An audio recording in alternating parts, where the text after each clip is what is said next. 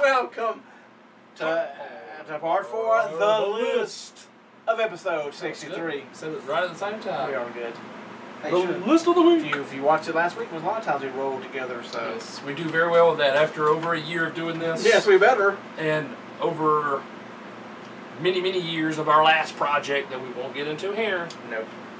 But I mean, if we can't daggum finish each other's sentences and daggum roll with the punches together, something wrong. There is something wrong.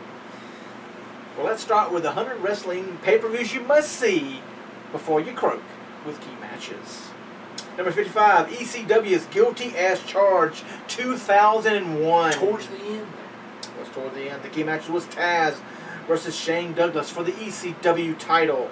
Just Incredible versus Tommy Dreamer. The Dudley Boys versus New Jack and Spike Dudley. Three very good matches. Yes. People, some of them went on to greatness in WWE. Oh, yes. Number 54, Dragon Gate. Easy for you to say, USA. Enter the Dragon / open the historic gate. Why do you give them two names? Don't give. I guess it's kind of like In your house? Well, no, No. NXT. What's NXT's like? Takeover. Takeover, Unstoppable. Takeover, Run.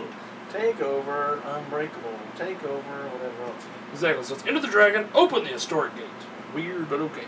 Key matches: Dragon Kid versus Yoshida. Yoshana, yeah. And then the Young Bucks versus Warriors 5. Warriors -5. I don't understand that one. No, I had to watch it. Warriors. I had to watch it to understand. Number 53, Ring of Honor, Supercard of Honor 3. I Key recognize matches. some of these names. Kevin Steen versus El Generico. I wonder who they are. Kevin Owens and Sami Zayn. Exactly. Hey, there's Dragon Kid again. And Dragon Kid. Oh wow, he beat all those people. What? Did he beat all of them? No. That's weird. They didn't separate it right. They did not separate it right. That's weird. Oh, I see what they're doing there. Versus El Generico, and then next is Dragon Kid. And CIMA and Ryo Sato. Sato. I said Sato. Sato. Then it's Sato, yeah. Sato. Versus Oh Lord.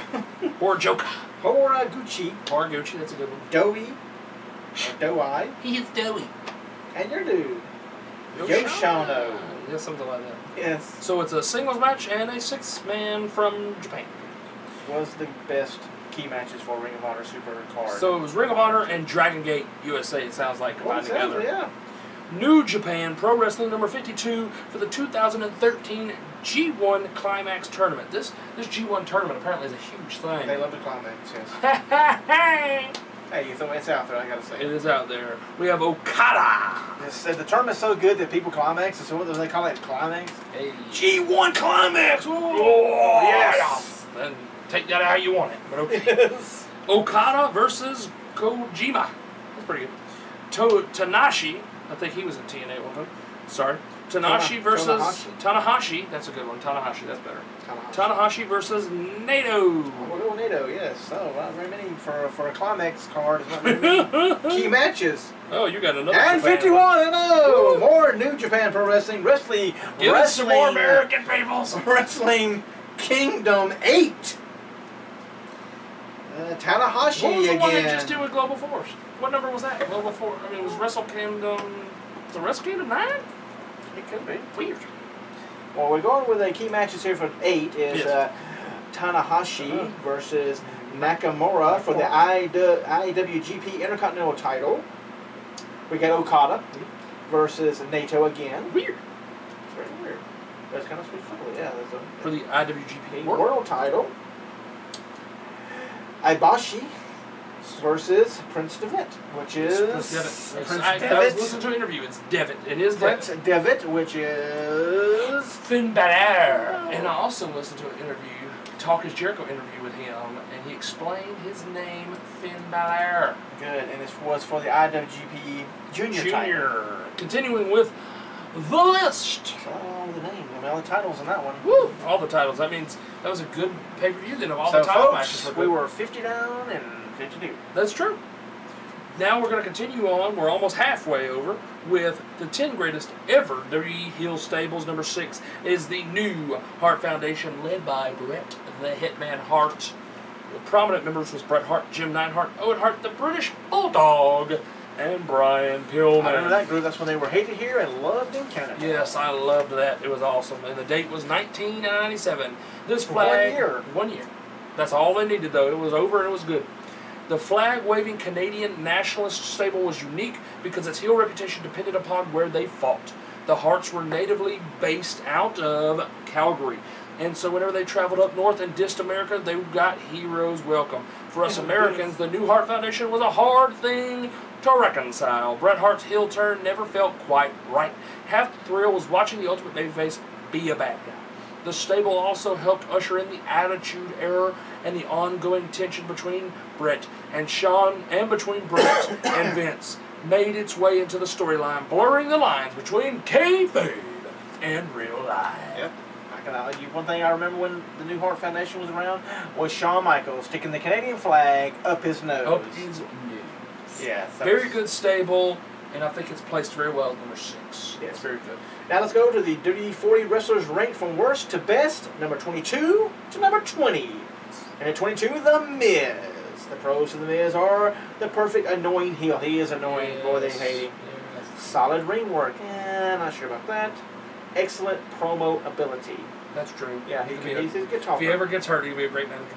The cons, he has fallen such a long way from being WWE champion in 2011. He has definitely done that. Cannot be expected to win any matches fairly. This is true. And is legitimately hated by many of his ex-colleagues. That is true, too. Number 21 is Roman Reigns. His pros is Vince's hand-picked replacement for John Cena. He has plenty of fan support, and he is improving bit by bit. His cons, fans reject him no matter what he does because he's the new John Cena. That is true. Number 2, he still needs a lot of improvement in terms of promo ability. Yeah, because you can believe that. Succotash.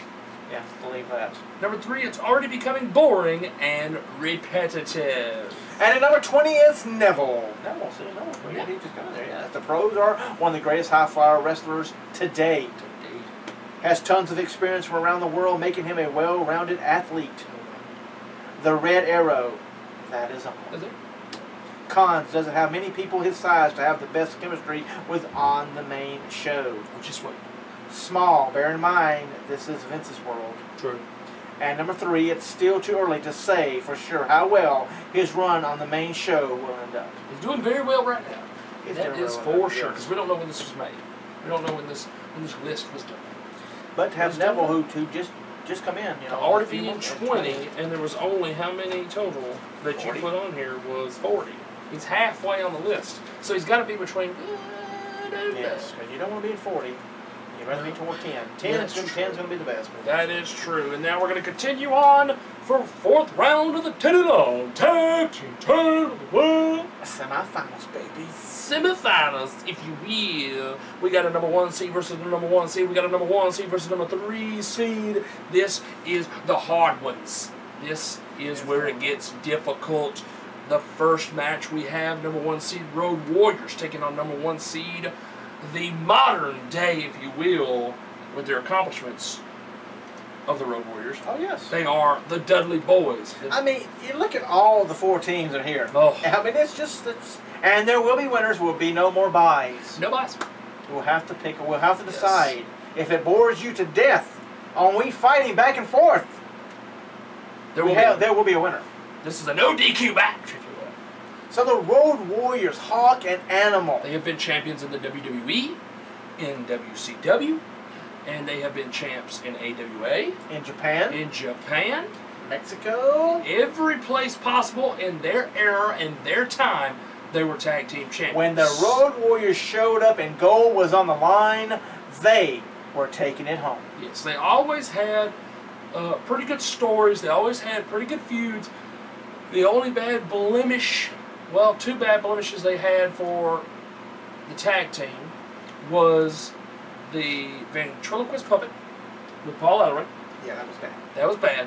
And the Road Warrior Hawk trying to jump off the time train. Yes. That was 2 bad blemishes on the record. We will not include Dross. We would not include Heidenreich. We would not include any other, not even LOD 2000.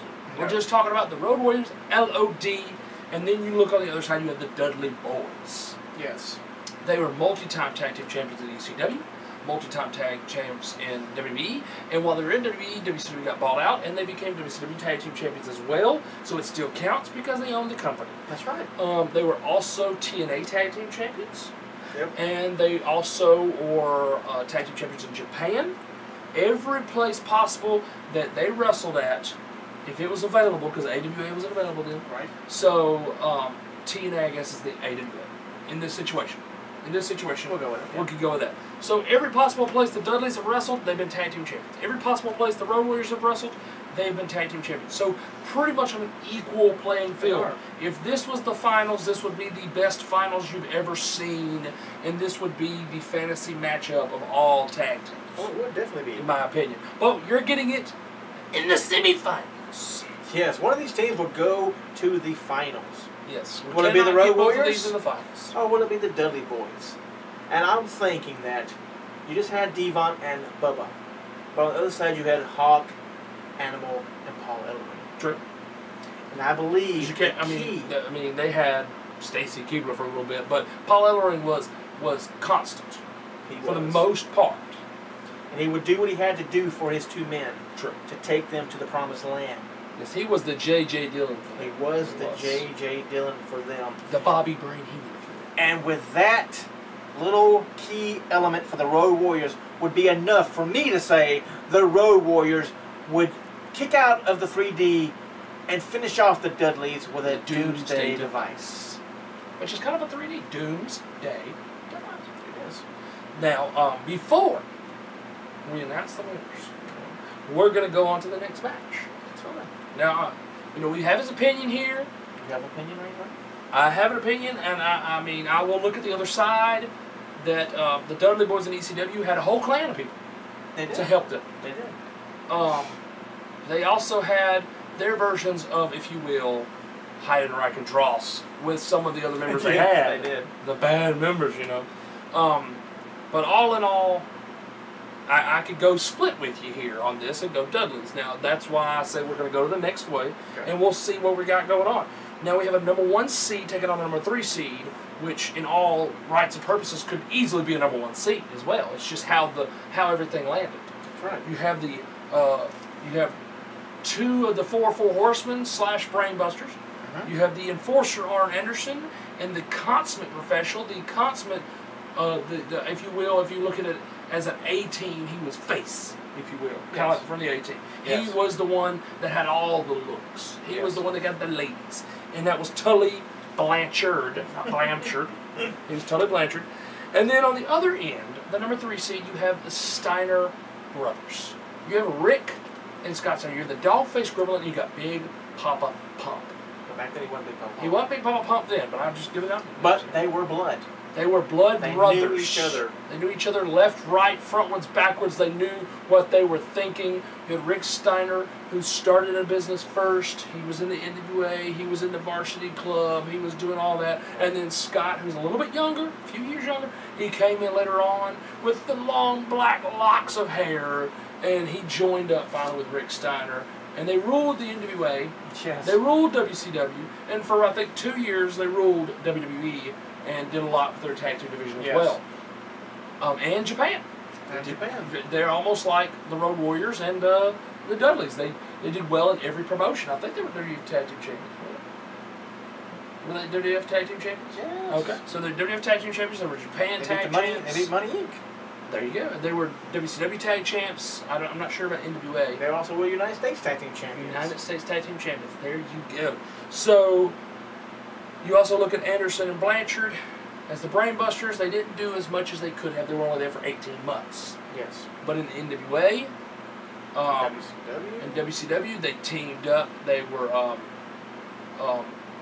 Anderson was tag team champion with Ole Anderson, and Tully was a TV champion, maybe U.S. champion too. US champion. So if you look at them two together as a tag team, I don't think the 2 of them together were tag team champions. I think it was Ole and Arn. I'm not sure that Arn and Tully, we'd have to look it up. but I'm not sure that the two together were really and truly in this situation. I would say that the Brainbusters were not as dominant as the Steiner brothers. Steiner brothers had they had a longevity to them. Mm-hmm. They were together longer. Before the split for the NWO and everything, they were tag team champions multiple times, and to me, they did more for a tag team division than Anderson and Blanchard did. Mm-hmm. So, on your first one, you say Road Warriors. Second one, I say Steiner brothers. Because, like I said, you said it too. They're brothers. They know each other very well. To me, as a tag team, they accomplished more than the Brainbusters did. Mm-hmm. That is true. They did. So now we have to pick a winner for both matches. So we have to make a final and make it official. Yes. Is this your final answer? Yes. As Regis Philbin was saying. So you have Road Warriors versus the Dudleys, and I think we're going to go with the other match first because this match is bigger. So. The Brainbusters, Steiners. I say Steiners. Mm-hmm. I've given you my argument. I've given you what they've accomplished, if you will. Yeah, I've given you your argument. So now you go and you tell me, Anderson and Blanchard or Steiner? We have to have a winner, so we have to argue it out if we have to. We have to argue it if we have to. But I mean, I like your argument. You gave me who you thought should win. Yes. You tell me why you thought they should win. Yes. I mean, it's not going to be a blowout by any means. No, very, very close. Now, see, because them two individually are very great. Arn and Tully are not family. They're not brothers. They were close like brothers, but you have this bond when you are brothers. When you're blood. You are blood. You have this bond. And like when I said with Paul Ellering being that special small key for the Road Warriors, being brothers will help the Steiner brothers. I see the Steiners beating. I mean, it's so close. It's one of these 3 counts, and the shoulder comes up. But I see, as you said, the Steiners beating Tully Blanchard and Anderson. It's so close you could barely put a piece of paper between them. Yes. You know what I'm saying? Just a hair. It's not a blowout. Not a blowout by any means. But once they hit the Steiner line, and the Frankensteiner, and so on and so forth, they had a lot of signature moves. But the Steiner brothers would definitely, I believe, beat the Brainbusters. So we have Steiner brothers going to the finals, the 5th round of the Teddy Long Tag Team Tournament of the World. And the finals. The finals. The Steiners have slid in, and they will represent their side of the next bracket. Yes, they will go in. They have beat a #1 seed. That goes a long way. Number 3 seed has beat a #1 seed. They go to the finals. Now we get to the Dudley Boys, the #1 seed, taking on the Road Warriors, #1 seed. And you have given us your argument for why the Road Warriors will win with Paul Ellering by their side, because we're kind of looking. We're kind of looking at when they were at their best versus the Dudleys at their best, and when the Road Warriors were at their best, it was NWA and it was Paul Ellering. Yes. Okay. Now you look at, and there's my argument. You look at the Dudley Boys, and when you look at them, you're looking at the 2 individuals. You're looking at Devon. And you're looking at Bubba Ray. They are not blood like you were talking about the Steiners. No. So they don't have that to get over. And neither does the Road Warriors. The Road Warriors, no. But they are very similar. These 2 tag teams are similar as in they have grown up around each other and they have really built up a rapport. And you have the fake story of their half-brothers and all that junk. And you got Spike Dudley and all the rest of the Dudley Boys and everything. But if you go with the NWA rules, a licensed manager be the only thing on ringside. Can't have a whole family of people down there. Nope. So you're not going to have Big Dick Dudley and Sign Guy Dudley and Dudley Dudley. There was Dudley Dudley. There wasn't and Spike Dudley. You wouldn't have all those people. Okay? You'd have the Dudleys versus the Road Warriors with Paul Ellering. And in that case, when you give me your argument, I would have to say that, I mean, it's barely. I mean, it is even closer than Brainbusters and Steiners. It's that close because you've got, in my opinion, the 2 greatest tag teams right there, Dudleys and the Road Warriors. In my opinion, the greatest. They just happen to fall where they were semifinals. Yes, but the Road Warriors. The Road Warriors would take without even Paul Ellering. Yes, they would. They would. I mean, it wouldn't be very much fear, but when they hit the 3D on Hawk Animal, who it was, and they stood up, that would put doubt in the Dudley's mind. You're thinking, we just had our move that finishes tag teams off all over the world, and they just stood up from it. Yes, they pop up. Now, if you could look at this, you could look at the ending of the match. You would have the 3D. Hit the 3D. I would see Devon taking the pin. Yes. Devon is the say that they out of these 4 men that Devon is the weak link. Is Devon? Yes. It's not a slap. It's not a slap in his face at all. No. But out of these 4 men, because if you looked at the other spectrum, the weak link of the other 2 would be Hart. Yes, that's true. You know, so that's the way I would look at it. Because you go Animal, Bubba, Hawk, Devon. Yes, of course. Now individually, if you look at them in individual light, Bubba all day is above all of them because he's done more as a singles. But we're not talking about singles. So you could do the 3D and they pop up once. Now if you could hit them with a 3D twice on the same competitor, if you hit Hawk with the 3D twice, they'd win. They would win. Dudley's would win. But if you look at the other side of the spectrum, and the Road Warriors were to hit the Doomsday device on Devon, I think if they do it once, I could see Devon kicking out as well. I think you would have to, it would almost be like one of those WrestleMania main events, like a Brock and Undertaker where you have multiple kickouts with your finishers. I would see the Road Warriors having to hit the Doomsday device at least twice to put out Devon. Yes. But at the end of things, Road Warriors would take it. Absolutely. So there this you has go, literally folks. been the best discussion for today. There you go, folks. The finals are set. Now, do we talk about the teams next week, or do we settle it all next week? I think last time you printed out, didn't you print out all their information? Yes, I found information. You found all their information and you printed it out. And I think we should do that again. We should do all the accomplishments of the Road Warriors.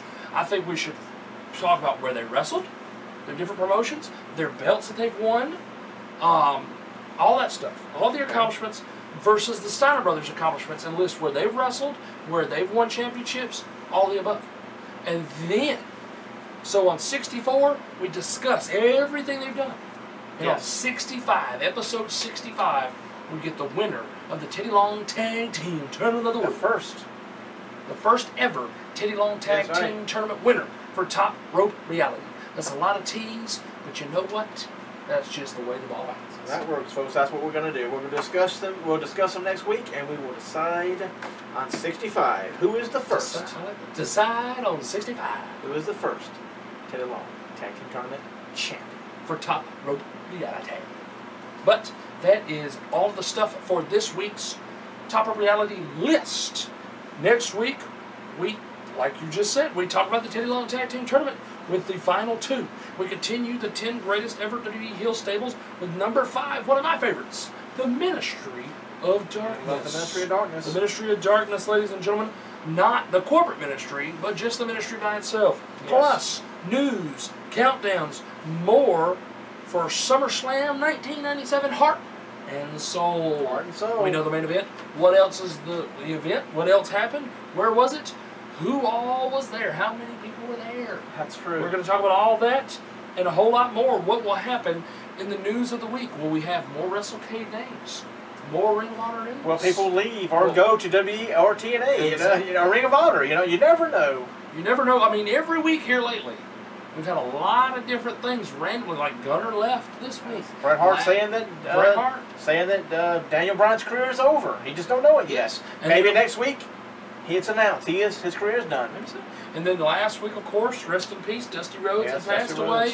And then, you know, a couple of weeks before that, Vern Gagne passed away. And then, you know... And we had Ring of Honor going on TV. On TV a couple of weeks, yes. I mean, every week seems to be something. Something good and something bad. That's why News of the Week, it does take a while because there is a lot going on. Big news going on for wrestling. Big news popping. Nothing stopping. That's true. That is true. Well, that is it, folks. I want to thank each and every one of you for watching our show. Number 63 was very good. And we're moving on. Only chugging on away here. Bigger and better things for Top Rope Reality. But as always, I'm Mike Hogan. And I'm Justin Cobb. And we'll catch you next week right here on Top Rope Reality on the YouTube. We'll see you in a few clicks. It's true.